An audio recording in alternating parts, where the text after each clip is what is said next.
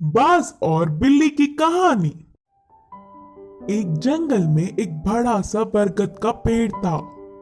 उस पेड़ के छाल में एक बूढ़ा बाज रहता था। वह बाज अंधा था। इसके कारण वह कहीं बाहर नहीं जा पाता। उस पेड़ पे बहुत सारे पंछी भी घोंसला बनाकर अपने बच्चों के साथ रहते थे। वह पंछियां पूरा दिन भोजन ढूंढने में लग जाते। यह बूढ़ा बाज पंछियों के बाहर जाने पर उनकी बच्चों को अच्छे अच्छे कहानियां बोलते हुए ध्यान रखता। शाम को घर लौटने वाले पंछी उनके लाए हुए भोजन में थोड़ा सा बाज को भी देते। ऐसे समय बीतता गया। एक दिन वहां से गुजरता हुआ एक बिल्ली पेड़ पे खेल रहे पंछियों के बच्चों को देखा। आहा, बच्चे बहुत नरम हैं। इनका मांस तो बहुत ही अच्छा होगा। इतने स्वादिष्ट खाने को मैं अपने सामने रखकर पूरा जंगल घूमता रहा। सोचकर उन्हें खाने उस पेड़ पर चढ़ गया। उस बिल्ली को देख सारे पंछियों के बच्चे डर के चिल्लाने लगे। वह आवाजें सुनकर बाज शाल से बाहर आकर कौन है वो करके गुस्से में चिल्लाया।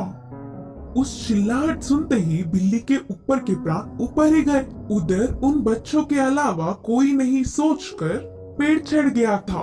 पर अब बाज को देख कांपने लगी। बचने के लिए उसे कोई रास्ता नहीं दिखा। जो होगा सो होगा सोचकर साहस करके कहा, हाँ, मैं एक बिल्ली हूँ। आपके आज्ञा के बिना इस पेड़ पर चढ़ के आने के लिए माफी चाहता हूँ। तब तुरंत बाज, क्या तुम बिल्ली हो? पहले इस पेड़ से उतरकर चले जाओ, नहीं तो तुम्हारे प्राण ले लूंगा, बोलकर चेतावनी दी। हाँ, पर अब गुस्सा ना हो। मेरा जन्म बिल्ली जात का होने पर भी उस जात के लक्षण नहीं आए। मैं मांस नहीं खाता, ऊपर से ब्राह्मण हूँ। इस जंगल के पंछी जानवर तुम सब बहुत ही अच्छे हैं करके तुम्हारे लिए अच्छा ही सुनकर तुमसे दोस्ती करने के लिए आया हूँ। बिल्ली ने बहुत ही होशियारी से कहा। बिल्ली के बातें सुनकर बाज बहुत खुश हुआ। इससे बिल्ली बाज की और तारीफ करने लगी। उस दिन से दोनों अच्छे दोस्त भी बन गए। तब से हर दिन वह बिल्ली पंछियों के ना होने के समय पर बाज के पास आकर 1 घंटा बातें करके चली जाती। बिल्ली के मीठे मीठे बातों से पंछियों के बच्चे उससे अच्छे से मिल गए। ऐसे कुछ दिन बीत गए। फिर मौका देख हाथ आए हुए हर एक बच्चे को खाना शुरू कर दिया। बिल्ली खाने के बाद बिना किसी को दिखे उन बच्चों के हड्डियों को बाज के रहने वाले चाल में फेंक दिया। आगे आगे पेड़ पे रहने वाले पंछी अपने बच्चों को गायब होता देख वह सब एक दिन इकट्ठा होकर बाज के पास आकर अपने बच्चों के गायब होने वाले खबर पूछे। अंधा बाज उसे कुछ नहीं पता, लेकिन सारे पंछी बाज के घर जाकर देखा तो पूरा चाल पंछी के बच्चों की हड्डियों से भरा पड़ा था।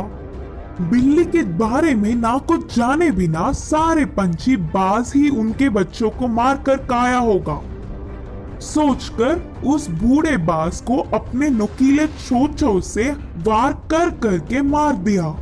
करके पीड़ित होते हुए बाज ने अपने प्राण छोड़े।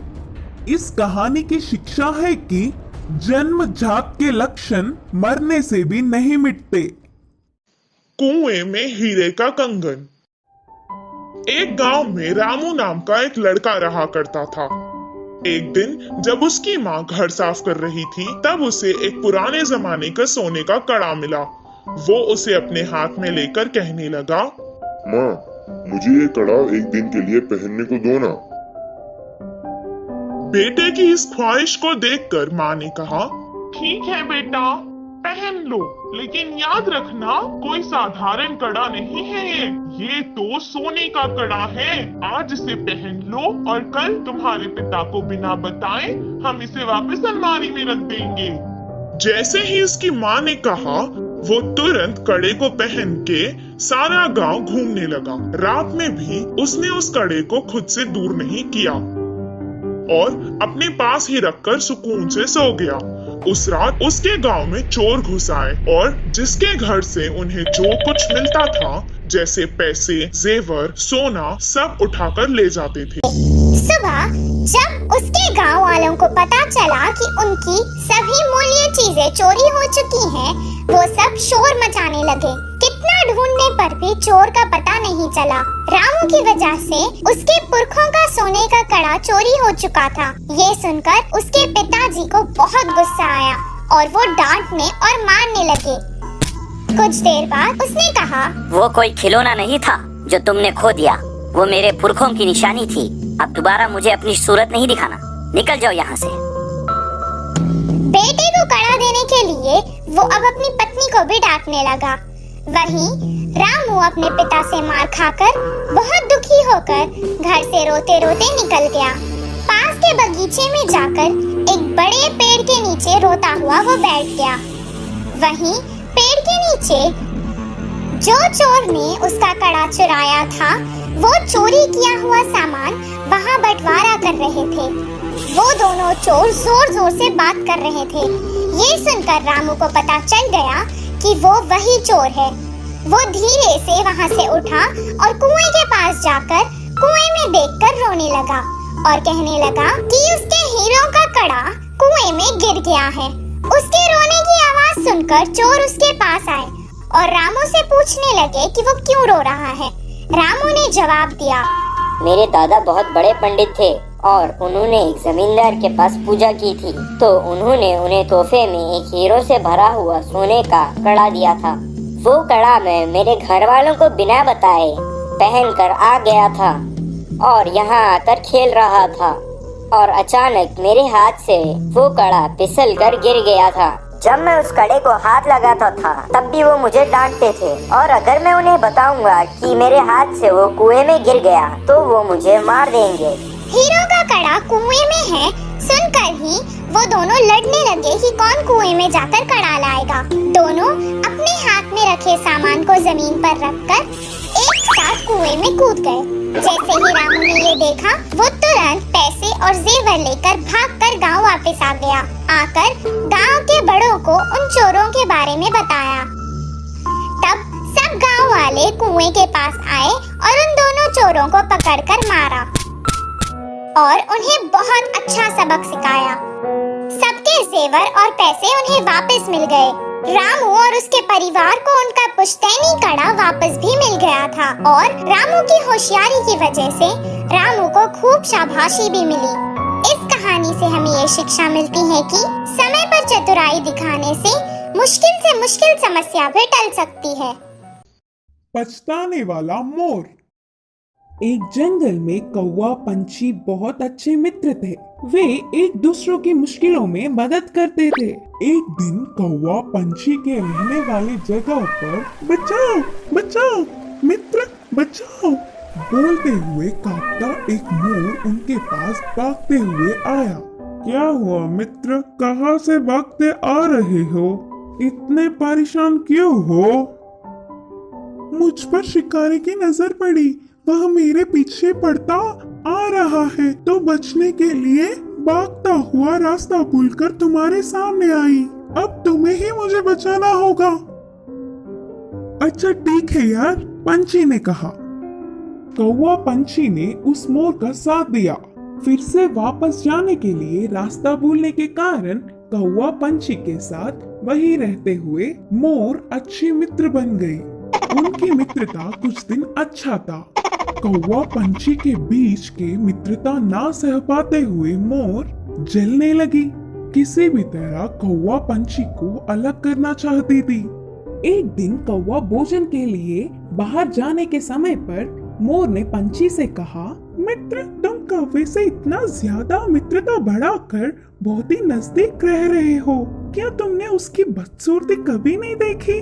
उसे देख सब चिढ़ जाते हैं। तुम्हारा उससे दूर रहने में ही भलाई है। मैं जो कहनी चाहती थी वो कह चुकी, बाकी तुम्हारी मर्जी। वह सुनकर अचानक चौंकने वाला पंछी मोर से कहा, हाँ सच्ची, मैंने इतने दिनों से कौवे के बारे में सोचने की कोशिश भी नहीं की। हट, उससे क्या दोस्ती, उससे क्या मित्रता। तुम्हारे जैसे सुंदर वालों से मित्रता करने से मेरा मूल्य और होदा बढ़ेंगे। उसकी चाल सफल हुई करके मोर खुश हुई।